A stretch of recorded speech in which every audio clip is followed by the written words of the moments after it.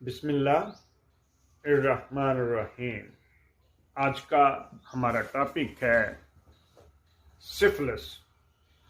سفلس ایک ایسی مرض ہے جو کہ ایک بیکٹیریا کے ذریعے مرد سے عورت میں یا عورت سے مرد میں داخل ہوتی ہے۔ یہ ایسا بیکٹیریا ہے، انفیکشن ہے، جو کہ جنسی تعلق رکھنے والے غیر محرم مرد یا عورت سے اعضائے تناسلی کے ذریعے ایک سے دوسرے کو شفٹ ہو جاتی ہے، ٹرانسفر ہو جاتی ہے، اور یہ 24 گھنٹے سے لے کے 6 دنوں میں اور بعض اوقات 40 دنوں میں ظاہر ہو جاتی ہے، اور اکثر ٹائم پہ زیادہ ٹائم بھی لے لیتی ہے۔ اس میں اعضائے تناسلی پر پھوڑا بنتا ہے اور پھر وہاں پر زخم بن جاتا ہے، جو کہ بہت ہی تکلیف دہ ہوتا ہے۔ اور یہ سفلس کا جو مریض ہے، اس کی مرض نسل در نسل ایک نسل سے اگلی نسل میں شفٹ ہو جاتی ہے۔ یہ مرض کیسے آتا ہے؟ سب سے پہلے سورا، یعنی میازم میں سب سے پہلے سورا جو کہ ذہن پر اور جلد پر اثر کرتا ہے۔ دوسرا میازم سائیکوسس، یہ میازم بافتوں پر اثر کرتا ہے، یعنی گلٹیاں وغیرہ، گومڑ۔ اور تیسرا میازم جو ہے یہ ہڈیوں پر اثر کرتا ہے، اور اس کے ساتھ ساتھ بافتوں پر بھی اثر کرتا ہے، جس میں ہڈیوں کا ٹیڑھا پن، ہڈیوں کا بھرنا، ہڈیوں کا بڑھ جانا، یہ سفلس میازم میں آتے ہیں۔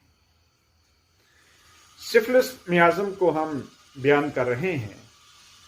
یہ ایک ایسا عمل ہے جو کہ غیر فطری طریقے سے، یا ایسا عمل جو کہ جس کو حرام قرار دیا گیا ہے، وہ جنسی فعل جو کسی دوسرے فرد کے ساتھ کیا جائے اور وہاں سے یہ اس کے اندر ٹرانسفر ہو جاتا ہے، اور پھر یہ اس کی اپنی بیوی کو ٹرانسفر ہو جاتا ہے، اور وہیں سے آنے والے بچوں میں ٹرانسفر ہو جاتا ہے۔ اب جو بچے ہیں وہ ٹیڑھے پیدا ہوتے ہیں، یعنی ان کی ہاتھوں کی 6 انگلیاں ہوں گی، یا کان پہ یہ چھوٹی جگہ جو ہے یہاں پر ایک چھوٹی سی گومڑ ہوتی ہے، یعنی گلٹی نما بڑی ہوئی ہوتی ہے۔ ہاتھوں کی 6 انگلیاں، پاؤں کی 6 انگلیاں، ایک کان بڑا ہوا، ایک چھوٹا، ایک آنکھ چھوٹی اور ایک بڑی، جو ناک کا نتنا ہے وہ بھی ایک چھوٹا ایک بڑا، یا دونوں بند ہو جاتے ہیں۔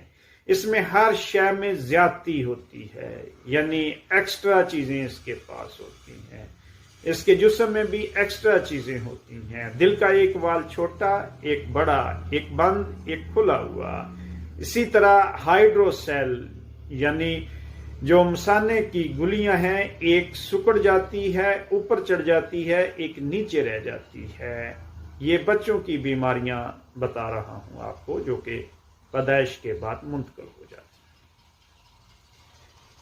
اس میں ہائیڈروسیل میں ایک گلی بڑھ جاتی ہے، اور مثانے کے خصیے سکڑ جاتے ہیں، بڑھ جاتے ہیں۔ ایک ٹانگ چھوٹی، ایک بڑی، ایک بازو چھوٹا، ایک بڑا۔